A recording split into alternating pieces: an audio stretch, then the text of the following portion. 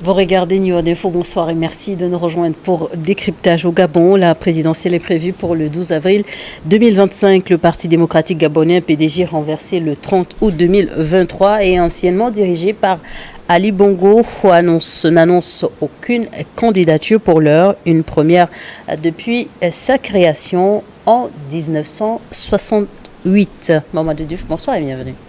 Merci, bonsoir Charlotte. Quelles sont les candidatures déclarées pour la présidentielle au Gabon? C'est une présidentielle qui a actuellement un visage assez curieux, puisqu'on est dans une transition, avec un coup d'État, et on s'attendait à ce que les élections interviennent en août 2025, puisque c'était ça la feuille de route. Le calendrier a-t-il été accéléré? Oui, ici le calendrier a été accéléré. Donc les élections auront lieu bien avant le mois d'août, le 12 avril, c'est-à-dire pratiquement dans 3 mois. Dans tous les pays du monde, quand on dit que nous sommes à 3 mois des élections, on connaît déjà depuis longtemps qui sont les candidats. Les gens sont en train de faire leur tournée, de montrer, j'allais dire, leur machine électorale. Mais ici, il y a cette curiosité où qui est candidat, on cherche. Non seulement on cherche, mais celui qui semble être le plus candidat et qui ne l'a pas encore dit également, n'a pas dit je suis candidat. Et il s'agit bien sûr de Oligui lui-même. Non, mais il y a des voix qui réclament sa candidature. Ce n'est pas des voix, il y a une centaine d'associations qui ont organisé une marche le samedi, qui exigent, je ne dis pas qui réclament, qui exigent sa candidature, qui semblent même vouloir lui fermer la porte. Parce qu'ils disent que même pour la caution de 30 millions, eux, ils vont payer la caution de 30 millions, mais on a déjà vu ça. C'est pas, en fait, c'est comme on dit, le disque est rayé, quoi. Ce n'est pas une nouveauté. On a vu plusieurs fois des gens qui disent qu'ils ne sont pas intéressés, donc lui aussi, il risque de passer par le même chemin. Il ne sera pas candidat, mais c'est le peuple qui va l'obliger à être candidat. Bon, bien qu'au finish, je ne vois pas où se trouve la différence, parce que c'est lui qui est candidat, quel que soit Alpha, et il sera obligé d'aller signer parce que le peuple ne peut pas aller signer la candidature à sa place de quelqu'un à des élections présidentielles. Et au Gabon, qu'est-ce qui explique ces situations? Pourquoi le calendrier électoral a-t-il été avancé? Pour l'opposition gabonaise, c'est un piège. On a annoncé aux gens août, les gens étaient en train de se préparer. Certains disent que même malgré ça, avec avril, ils sont prêts. Mais les gens considèrent que c'est un piège. Le président, sachant qu'il est dans une posture beaucoup plus favorable, a voulu donner le moins de temps possible à l'opposition. Et surtout, quand c'est très court et que vous avez un candidat de taille qui est au pouvoir, l'opposition va devoir essayer de s'organiser pour avoir un candidat unique. Parce que généralement, c'est la meilleure réponse dans certains contextes, pas dans tous les contextes. S'il faut maintenant se mettre à travailler pour avoir un candidat unique, alors qu'on a 3 mois, quand est-ce qu'on va présenter le candidat aux populations et quand est-ce que ce candidat va commencer à faire ce travail qu'il doit faire, mais il risque d'être connu à la campagne électorale et commencer son travail avec la campagne électorale, à ce moment, il part perdant, pour ne pas dire il part en perdant beaucoup de choses par rapport à quelqu'un qui n'a pas dit je suis candidat. On organise une marche pour lui, pas seulement dans la capitale, mais également dans d'autres villes pour réclamer sa candidature, sans compter qu'il a fait une tournée économique qui a ressemblé très fortement également à une pré-campagne électorale. Si vous attendez le dernier moment pour dire je suis candidat, vous voyez la longueur d'avance qu'il y a entre un candidat privilégié et un candidat de l'opposition. 3 mois pour aller à la présidentielle au Gabon, et dans un communiqué lu par Angélique Ngoma, secrétaire générale du Parti démocratique gabonais, le PDG, l'ancien parti au pouvoir, ne prévoit pas présenter pour le moment un candidat, mais envisage apporter son soutien au prétendant le plus méritant. Mais quelle analyse faites-vous de ces déclarations? C'est très curieux. Franchement, la déclaration, je la trouve extrêmement curieuse, puisque le PDG rencontre d'énormes difficultés. Depuis la chute d'Ali Bongo, pardon. Généralement, en Afrique, quand on quitte le pouvoir, le parti se disloque, puisque souvent, c'est des partis États. C'est des partis où le clientélisme est la chose qui marche le plus. Mais ce qui est curieux, ils ont pris la peine de se rassembler en mars pour regarder leur parti, en mars 2024. en reconnaissant qu'il y a des problèmes.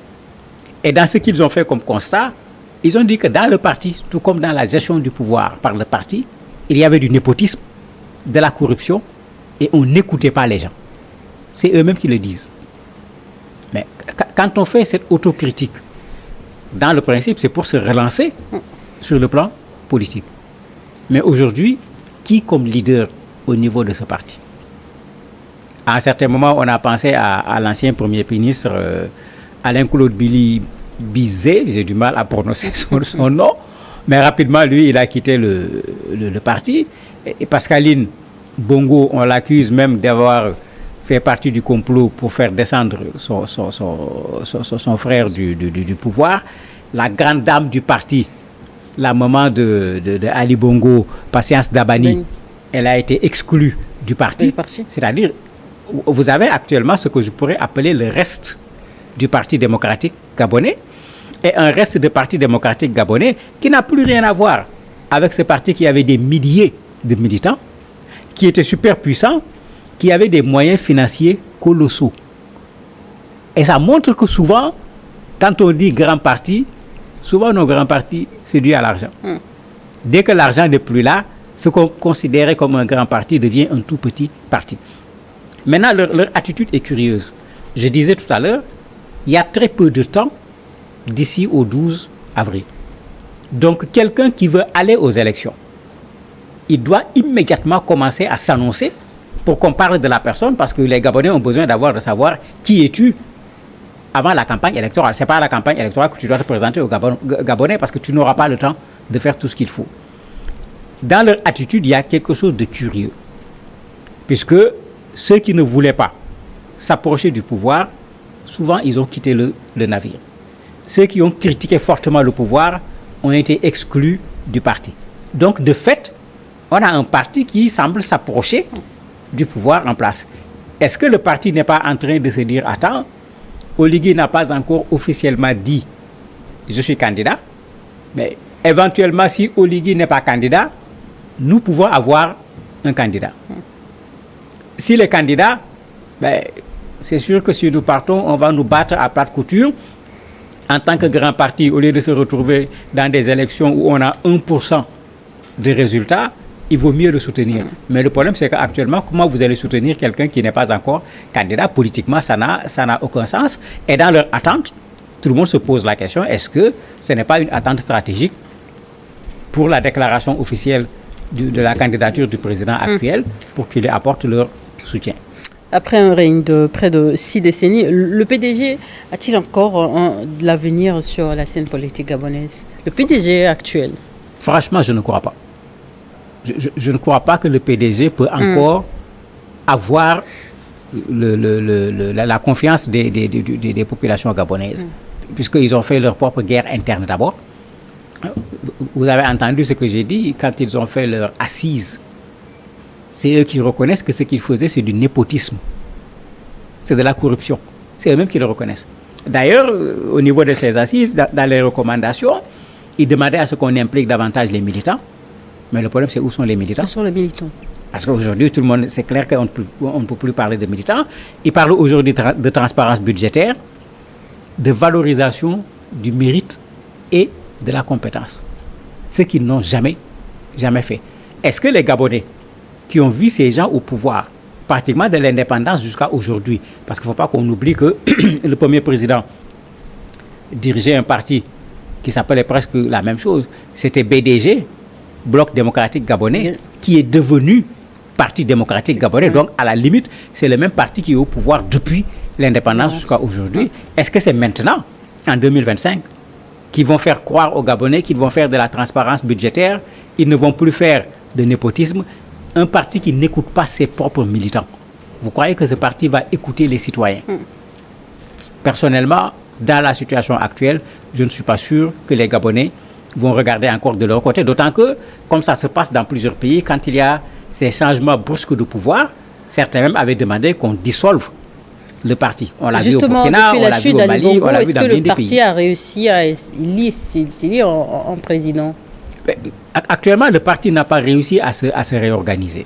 Vous avez la secrétaire générale, c'est elle qui a qui fait l'objet pratiquement de cette discussion, parce que c'est elle qui dit qu'on est en attente, on va se prononcer, qui a été élue difficilement. Est-ce que c'est elle qu'on va prendre comme responsable du parti, qui pourrait être la candidate du parti? Je ne le pense pas, parce que elle n'est véritablement pas connue ni au niveau national ni à l'échelle internationale, alors que la présidence d'un pays, ce n'est pas la présidence d'un parti. Ce n'est pas parce qu'on est même président d'un parti qu'on a nécessairement le profil pour être président de la République. Donc, à l'interne, ce parti a encore d'énormes difficultés. Et je me dis que les difficultés ne sont pas finies même d'ailleurs, parce que à l'intérieur du parti, certainement, il y a des gens qui sont dans une situation Dans ces conditions, auront-ils des difficultés à désigner un candidat? Mais oui, parce qu'il y a des gens qui sont dans une situation d'attentiste. Puisqu'il y a encore dans le parti des gens qui ne sont pas véritablement pour le soutien au pouvoir qui les a renversés. Alors qu'il y a d'autres dans le parti qui ont préféré faire comme les rafons, quand le navire veut se noyer, on quitte le navire. Mais il y en a d'autres aujourd'hui qui veulent continuer à être dans les zones de privilège et qui veulent soutenir le président actuel. Ce qui veut dire que les divisions ne sont même pas encore certainement terminées, puisque c'est ceux qui avaient les positions les plus fortes qui sont soit partis ou qui ont été exclus du parti. Ce scrutin de 2025 est censé mettre fin à la transition politique dirigée par Brice Clotaire Oligui Nguema. Justement, sera-t-il candidat à la présidentielle d'avril ou non? Il ne s'est pas encore prononcé, mais est-ce que ce scrutin présente de grands enjeux? Ben, s'il est candidat, il n'y aura pas d'enjeu. Il n'y aura aucun enjeu, parce que quand on regarde au niveau de l'espace politique gabonais actuellement, vous avez quelqu'un comme Albert Ondorosa qui déclare qu'il a gagné les dernières élections qui avaient été organisées avec Ali Bongo, qui est là avec une posture intéressante. Et si vous regardez dans la transition... Et qui aurait été aussi récompensé par le président de la transition. Ah non, lui, il dit le contraire. On lui a proposé le poste de vice-président, un poste de ministre, il a toujours refusé. Et il est clair, il dit à chaque fois qu'il allait répondre, quand il a été invité par le président, où il a participé à une activité, il l'a fait en tant que citoyen gabonais. Mais lui, il dit de façon très claire, pas seulement le président, tous les militaires qui ont participé au coup d'État, personne parmi eux ne doit être candidat. Bon, donc s'il peut avoir une posture citoyenne en acceptant qu'il a fait un coup d'État, c'est ça la réalité, il faut faire avec, il n'est pas d'accord pour qu'il soit candidat, et il ne manque pas d'ailleurs de lui rappeler que dans ses premiers discours, il avait dit clairement, on fait la transition, on remet le pouvoir aux civils. Ça, c'est Oligui qui l'avait dit. Mais aujourd'hui, on voit que peut-être il va devenir civil, c'est-à-dire il enlève la tenue militaire et il prend le costume, mais on n'a pas l'impression qu'il va le donner à des civils. La question qui se pose maintenant, il n'est pas le seul à s'opposer. J'ai parlé tout à l'heure d'Alain-Claude Billy, qui lui également s'oppose. Ils sont déjà ensemble. Il y a également Ali Akbar Onanga, qui est dans le lot. Vous avez Claude Maganga, qui est également dans le lot. Et on a l'impression que peut-être ces quatre auront tendance, puisqu'ils partagent cette posture il n'est pas question qu'un militaire soit candidat, auront tendance peut-être à trouver un candidat, éventuellement Albert Ondorosa, parce que je me dis que quand on regarde la liste, quand on regarde ce qu'il a fait lors des dernières élections, c'est peut-être la personne la plus indiquée. Peut-être qu'il y aura cela comme opposition. Maintenant, si cela boycotte, parce qu'ils disent qu'il ne faut pas que les militaires soient là, il ne faut même pas parler d'enjeu dans cette élection, on trouvera quelqu'un pour être opposant de façade, et les résultats, attendez-vous à 80-89% de plébiscite, parce qu'on n'appellera plus ça élection. La famille Bongo compte encore des membres en détention, notamment l'épouse de l'ancien président et son fils Noureddine. Quel sort leur est réservé? Mais rien n'est dit dans cette affaire-là. Vous avez de temps en temps leurs avocats qui sortent, qui se plaignent. Vous avez même les avocats qui ont essayé de porter plainte au niveau de la France, puisque son épouse est française, les enfants ont également la nationalité française, mais ça n'a pas donné de résultat. Et les choses ne bougent également pas. Rappelez-vous qu'à un certain moment, Ali Bongo même a dû décider de faire la grève de la faim pour que les conditions de détention de sa famille soient améliorées et que les gens soient jugés ou pas. Bon, lui, son cas est un cas à part parce qu'il n'y a pas de procédure juridique. On considère qu'on l'a mis à la retraite tout simplement, mais il se plaint beaucoup de la situation de sa famille quand il a l'occasion de le faire. Lui-même, il a vécu la même chose. Je parlais tout à l'heure de sa maman. Patience Dabani qui également avait tapé du poing sur la table pour venir voir son fils parce qu'à un certain moment, il ne pouvait même pas aller voir Ali Bongo. Donc ça veut dire que vous avez des gens, une partie de la famille qui est en prison, Ali Bongo qui est en résidence surveillée, puisque c'est comme ça qu'il faut l'appeler. Mais quand on parle de la scène politique gabonaise, on ne parle plus de ces gens-là, on ne parle pas de procès. Mais peut-être après les élections, on va revenir à la normalité. Et on dira clairement qu'est-ce qu'on leur reproche. Ils pourront également se défendre comme tout citoyen à ce droit. Au Gabon, je le disais tantôt, des voix réclament la candidature du président Oligui Nguema à la magistrature suprême. D'après vous, est-ce qu'il va accepter la demande ou pas, sachant que d'après les textes de la nouvelle constitution, les militaires sont autorisés à présenter leur candidature? Non, c'est clair. Il peut accepter. Moi, je me dis qu'à 95% au moins, il va accepter. Qu'on se rappelle que dans la charte, il avait été interdit à ceux qui participaient à la transition d'être candidats, sauf lui. Et pourtant, c'est lui le premier au niveau de la transition. Dans la modification de la Constitution, tout a été organisé pour qu'il puisse être candidat. C'est vrai qu'il y a des conditions, mais il remplit les conditions. Donc, les conditions ne posent pas de problème par rapport à lui. Je disais tout à l'heure, on l'a vu faire une tournée nationale qui ressemblait plutôt à une sorte de test de rencontre avec les populations. Et déjà, lors de cette tournée, les gens réclamaient déjà sa candidature. Il faut regarder également ce qu'il a fait sur le plan international. Il s'est mis dans une certaine posture sur le plan international. Mais moi, je ne laisse qu'un petit pourcentage de chance pour qu'il ne soit pas candidat.